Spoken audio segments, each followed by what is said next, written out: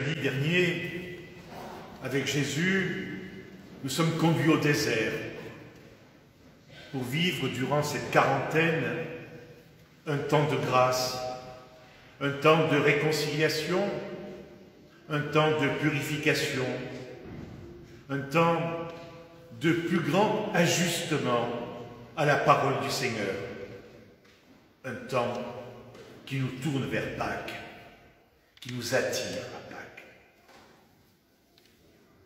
Le jeûne, la prière, le partage nous sont proposés comme des moyens pour consolider notre foi, notre attachement au Seigneur, pour renouveler notre profession de foi baptismale dans la nuit de Pâques ou le jour de Pâques.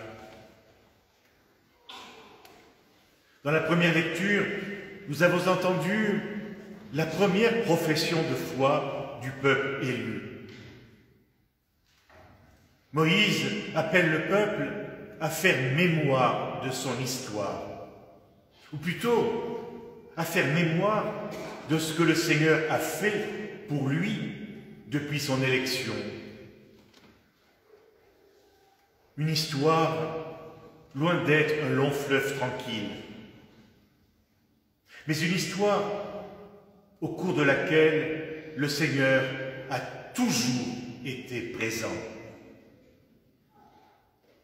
Et cette profession de foi est en même temps une action de grâce. Elle mérite notre attention.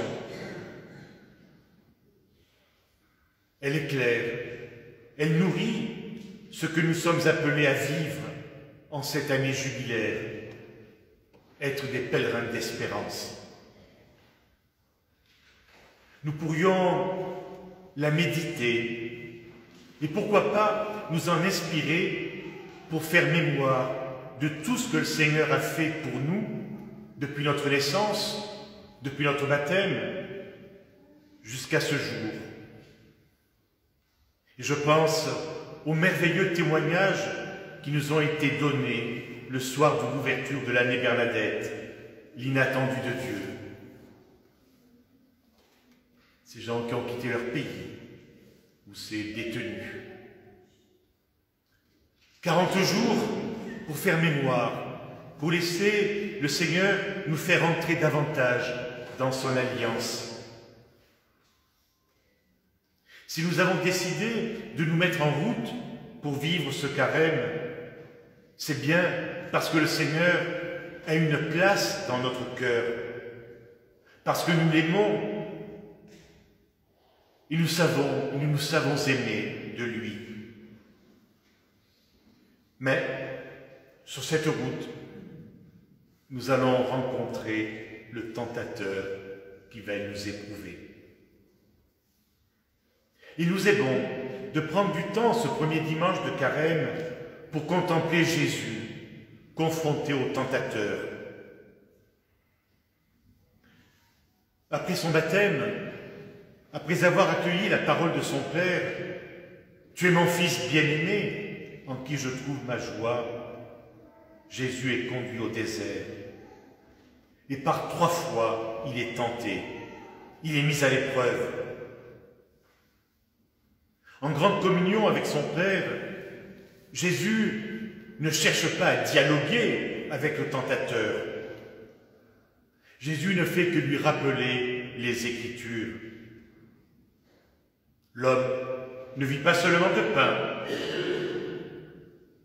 C'est devant le Seigneur ton Dieu que tu te prosterneras, et à lui seul tu rendras un culte. Tu ne mettras pas le Seigneur à l'épreuve. C'est en prenant appui sur la parole que Jésus est vainqueur du tentateur et qu'il pousse le diable à s'éloigner. Et l'évangéliste prend soin de préciser que le diable s'éloigne jusqu'au moment fixé. Ce moment fixé, c'est l'heure de la passion, nouvelle tentation, nouvelle mise à l'épreuve. Au jardin des Oliviers, Jésus commence par dire « Père, que cette coupe s'éloigne de moi », avant d'ajouter « Non pas ma volonté, mais ta volonté ». Dans cette ultime tentation, dans cette ultime mise à l'épreuve, Jésus s'appuie sur la volonté de son Père. Dans la préface de la prière eucharistique, pour ce premier dimanche de Carême, je dirai en votre nom, en jeûnant 40 jours au désert, Jésus consacrait le temps du Carême. Lorsqu'il déjouait les pièges du tentateur, il nous apprenait à écarter le ferment du mal. Par 3 fois dans le désert, Jésus cite la parole. Il prend appui sur elle. Demandons au Seigneur au début de ce carême la grâce de nous nourrir de la parole, de prendre appui sur la parole pour ne pas laisser le ferment du mal se développer, pour rejeter la tentation, le tentateur. Peut-être pourrions-nous aussi nous rendre attentifs à la dernière demande du Notre Père. Ne nous laisse pas entrer en tentation, mais délivre-nous du mal. Si le jeûne nous libère de certaines occupations futiles, écrans de toutes sortes, loisirs, addictions, nos esclavages modernes, si le jeûne nous permet de nous libérer de ces tentations, nous trouvons alors le temps pour la prière, le temps pour la lecture et la méditation de la parole de Dieu, le temps pour faire l'expérience du silence, le temps d'écouter le Seigneur nous parler dans un cœur à cœur. Pensons à cette parole de Bernadette. Dieu parle au cœur sans aucun bruit de parole. Apprenons aussi à faire nôtre la prière du psalmiste. Quand je me tiens sous l'abri du Très-Haut, je dis au Seigneur, mon refuge, mon rempart. Et apprenons à faire nôtre la parole que le Seigneur lui répond, puisqu'il s'attache à moi, je le délivre, je le défends. Il m'appelle et je lui réponds. Dans la deuxième lecture, saint Paul nous rappelait « Tout près de toi est la parole.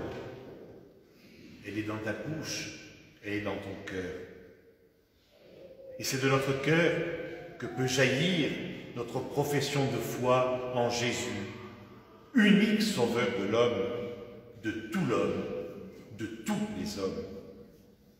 Alors, que ce temps de carême nous donne fin de la parole du Seigneur, fin de l'Eucharistie, pour parvenir ressuscité à Pâques.